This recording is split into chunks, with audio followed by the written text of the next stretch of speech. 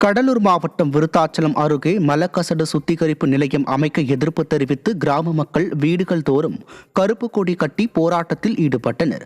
முதனை கிராமத்தில் மலக்கசடு சுத்திகரிப்பு நிலையம் வரவுள்ளதாக தகவல் வெளியாகியுள்ளது. மலக்கசடு சுத்திகரிப்பு நிலையம் அமைத்தால் அப்பகுதியை சுற்றியுள்ள விளைநிலங்கள் பாதிக்கப்படும் என கிராம மக்கள் தெரிவிக்கின்றனர். திறனற்ற திமுக அரசு மக்களிடம் கருத்து கேட்காமல் திட்டங்களை திணிப்பதாக குற்றச்சாட்டு எழுந்துள்ளது.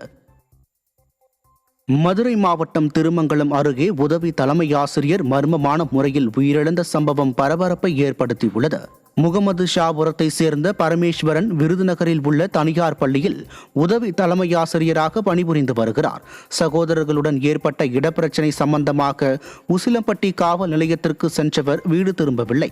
இந்த நிலையில் உசிலம்பட்டி ரோட்டில் மர்மமான முறையில் உயிரிழந்து கிடந்தார். இதுகுறித்து வழக்கு பதிவு செய்த போலீசார் பரமேஸ்வரன் விபத்தில் உயிரிழந்தாரா அல்லது கொலை செய்யப்பட்டாரா என விசாரணை மேற்கொண்டு வருகின்றனர். புதுக்கோட்டை மாவட்டம் அறந்தாங்கி அருகே 100 நாள் வேலைக்கான சம்பளத்தை வழங்காமல் இழுத்தடிக்கும் மைனாரிட்டி பாஜக அரசையும் அவர்களுடன் கள்ள கூட்டணி வைத்துள்ள திமுக அரசையும் கண்டித்தும் விவசாய கூலி தொழிலாளர்கள் கண்டன ஆர்ப்பாட்டத்தில் ஈடுபட்டனர். சுப்பிரமணியபுரம் ஊராட்சியை சேர்ந்த 100 நாள் வேலை திட்ட பணியாளர்களுக்கு கடந்த 4 மாதங்களாக சம்பளம் வழங்கப்படவில்லை. இதை கண்டித்து ஆர்ப்பாட்டத்தில் ஈடுபட்ட மக்கள் இம்மாத இறுதிக்குள் சம்பள பாக்கியை வழங்கவில்லை என்றால் பலகட்ட போராட்டங்களை நடத்துவோம் என எச்சரித்தனர்.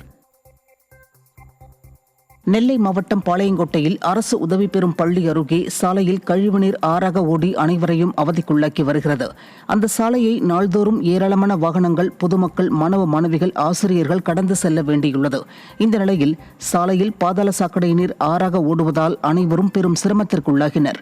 அங்கு கடும் துர்நாற்றம் வீசும் நிலையில் நோய் தொற்று ஏற்படும் நிலை உருவாகியுள்ளது. இதை கண்ட பொதுஜனம் ஒருவர் இது திராவிட மாடல் சாக்கடை, அப்படித்தான் போகும் என விமர்சித்தார்.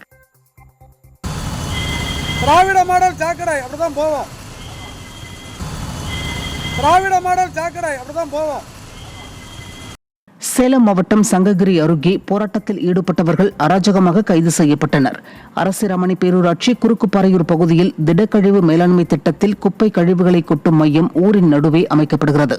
இதற்கு எதிர்ப்பு தெரிவித்து பொதுமக்களும் விவசாயிகளும் 16வது நாளாக ஸ்டாலின் அரசை கண்டித்து கோஷங்களை எழுப்பி போராட்டத்தில் ஈடுபட்டனர்.